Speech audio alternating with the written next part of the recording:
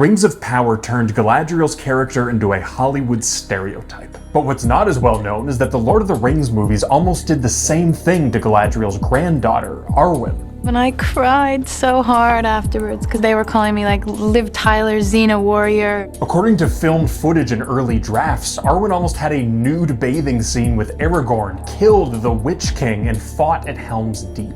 And certainly we got a lot of fan reaction to that. There was a rumor on the net that went out immediately that was the direction the movie was going to go. To find out how the movies narrowly avoided Rings of Power's mistake, we have to ask why Arwen needed to change in the first place. The idea of expanding Arwen's role isn't so far-fetched. Tolkien himself spoke with some disappointment that her relationship with Aragorn, what he called the most important storyline in the appendices, had to be relegated outside the main story. Abandoning his original plan for Aragorn to just marry Éowyn, Tolkien didn't even invent Arwen's character until he was already writing The Return of the King. And while the filmmakers saw the expansion of her character as an opportunity for more storytelling, New Line Cinema was motivated for a different reason. After their failed attempt to cast Sean Connery as Gandalf, the studio was worried about the trilogy's lack of star power. In 1999, and fresh off the movie Armageddon, Liv Tyler was the biggest name attached to the project. But despite New Line's excitement to feature Arwen more prominently, director Peter Jackson was anxiously aware that, quote, anything we did with Arwen's character would be a departure from what Tolkien wrote. If only because in the books, Arwen doesn't speak a line of dialogue until after the ring is destroyed, creating a, quote, thorny situation. We were very uncertain what to do.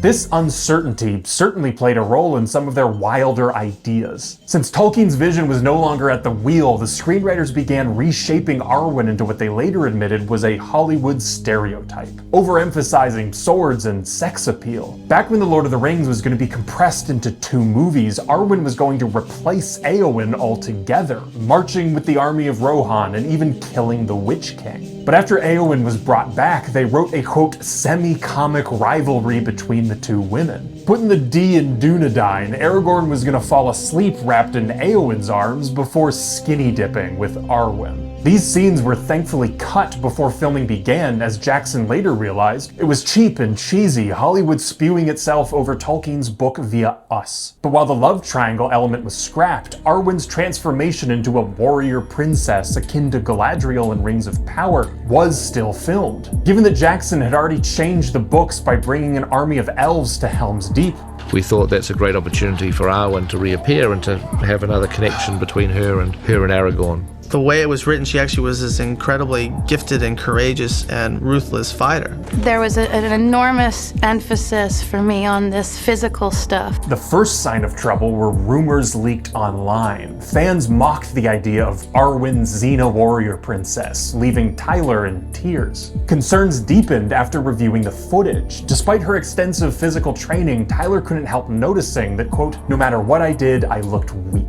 And as we're shooting Helm's Deep, a decision was made, look, you know what, actually, this isn't working, we need to change this. This led the filmmakers to a deeper breakthrough when I just went right back into the book and into the appendix, and what we came to realize was that you don't have to put a sword in her hands to make her strong. And while this provided clarity about how not to change Arwen, the filmmakers were still left with the same thorny question of how to include her at all. The answer is what they probably should have done from the start. Read Tolkien. It was just, I think, the filmmakers trying to be creative and think of a way of including her more, but I think they found better ways to do that by mining the appendices of The Lord of the Rings. We eventually cracked it by devising a way in which we could present flashbacks. Instead of forcing them together in terms of the progression of the Two Towers storyline, we'd pause and we'd flashback to events before the Two Towers. This is a dream. Then it is a good dream. But despite their course correction, the filmmakers still hit a few landmines. The movies do include some half-baked Hollywood attempts at unnecessary drama. Arwen's fate being tied to the ring is about as clumsy and convoluted as the fate of all elves being tied to a tree.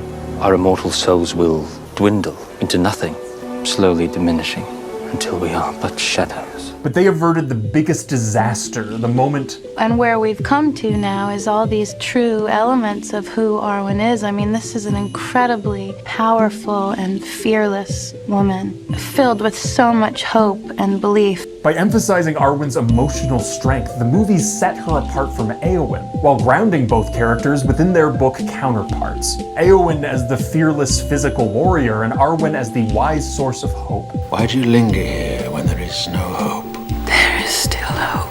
This is the lesson that Rings of Power over the course of 2 seasons has yet to learn. While character arcs are good, characterizations need to be recognizable, and to me and a lot of people, Galadriel being spiteful, reckless, and quick to threaten murder just doesn't pass the smell test. Suppose the words never managed to escape your throat.